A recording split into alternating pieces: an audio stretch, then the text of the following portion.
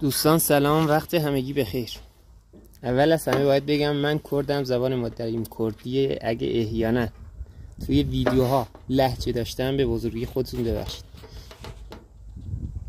این چند مدتی چند تا شورت ویدیو گذاشتم، راستش دنبال ایده میگشتم که تو چه حوزه‌ای توی یوتیوب کار کنم. میخواستم مناظر طبیعی که به نظرم جالب میرسه با شما به اشتراک بذارم. اولین منظرم روستای خودمونه، توی گلتپه سفلا، یکی از روستاهای اطراف شهرستان دیوان دره است. این منظره زیبا که بهش نگاه میکنین، ما به کردی بهش میگیم قلعه شیطان، یعنی قلعه شیطان. واقعا خیلی قشنگه، خیلی قشنگه.